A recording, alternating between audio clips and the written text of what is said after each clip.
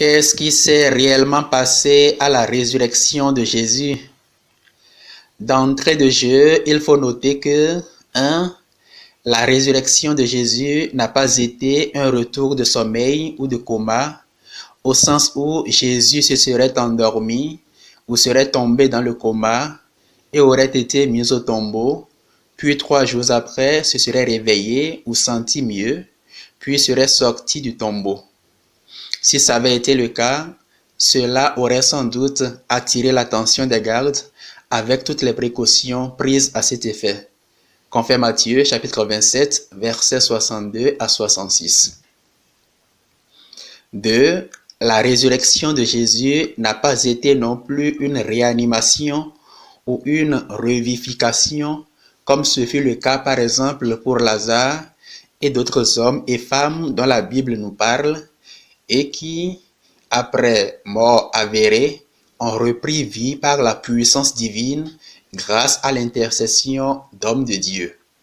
Dans ces cas, les personnes concernées finissent par connaître une autre mort naturelle. La résurrection de Jésus, au contraire, est l'entrée dans une nouvelle vie où la mort n'existe plus et où le corps n'est plus soumis aux lois naturelles. Selon le 4e évangile, confère Jean chapitre 20, versets 1 à 8, suite à l'annonce faite par Marie-Madeleine, à savoir que le corps de Jésus n'était plus au tombeau, je cite, « Pierre partit avec l'autre disciple pour se rendre au tombeau. Ils couraient tous les deux ensemble, mais l'autre disciple courut plus vite que Pierre et arriva le premier au tombeau. En se penchant, il s'aperçoit que les linges sont posés à plat.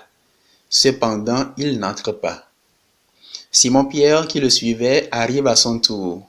Il entre dans le tombeau, il aperçoit les linges posés à plat, ainsi que le suaire qui avait entouré la tête de Jésus, non pas posé avec les linges, mais roulé à pas à sa place. C'est alors qu'entra l'autre disciple, lui qui était arrivé le premier au tombeau. Il vit et il crut. Fin de citation. En lisant cet évangile, on peut se poser 2 questions.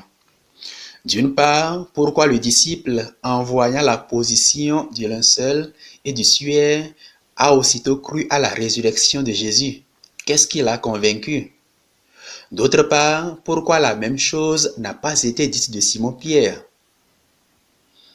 À cette dernière question, l'on peut répondre que, contrairement à Simon-Pierre, le disciple que Jésus aimait, étant resté avec Marie au pied de la croix, a ensuite été témoin de la sépulture de Jésus. Il a donc eu l'opportunité d'observer la position initiale du linceul qui a servi à recouvrir le corps de Jésus et du voile qui a servi à couvrir sa tête. Ce prérequis manquait à Simon-Pierre pour apprécier convenablement le nouvel état des lieux et, en s'appuyant sur la position actuelle des linges, venir spontanément à la foi. Par rapport à la première question, les précisions de l'évangile selon saint Jean sur la position des linges à la résurrection de Jésus fournissent 3 détails importants. 1. Les linges ne se sont pas mélangés, mais sont restés à leur place initiale. En effet, le mot grec choris signifie distinct. Et l'expression grecque eischenatopon signifie à la même place. Les linges et bandages sont donc restés distinctement à leur place initiale respective.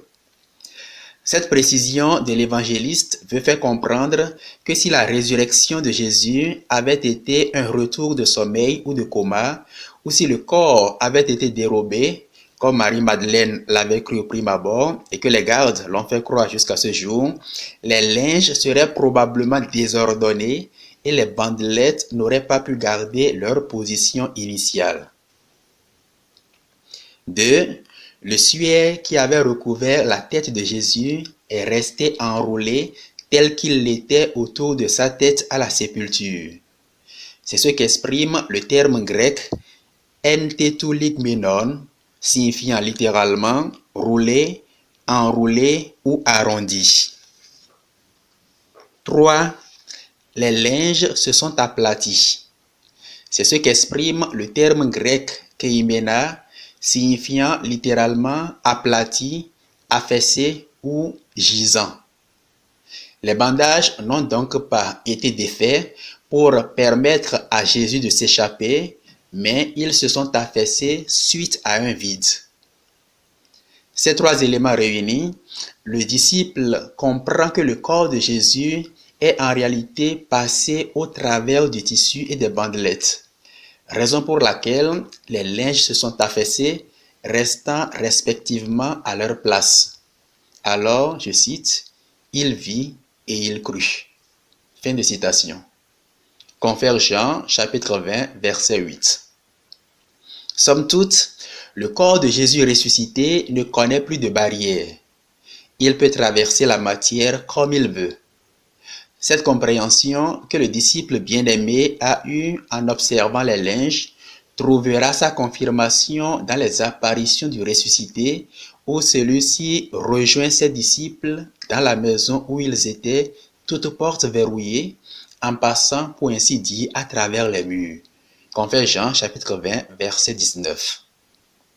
On pourrait répliquer, et la pierre alors, pourquoi a-t-elle été roulée? La pierre roulée était juste un signe donné aux femmes pour leur annoncer que le tombeau était désormais vide. Car le corps qui avait traversé les linges avait aussi traversé la pierre. Raison pour laquelle, dans l'évangile selon saint Matthieu, ce n'est pas Jésus lui-même, mais plutôt un ange qui, au petit matin, roula la pierre qui fermait la tombe alors que Jésus n'y était plus. Je cite, « Et voilà qu'il se fit un grand tremblement de terre. L'ange du Seigneur descendit du ciel, vint rouler la pierre et s'assit dessus. » Fin de citation, confère Matthieu, chapitre 28, verset 2.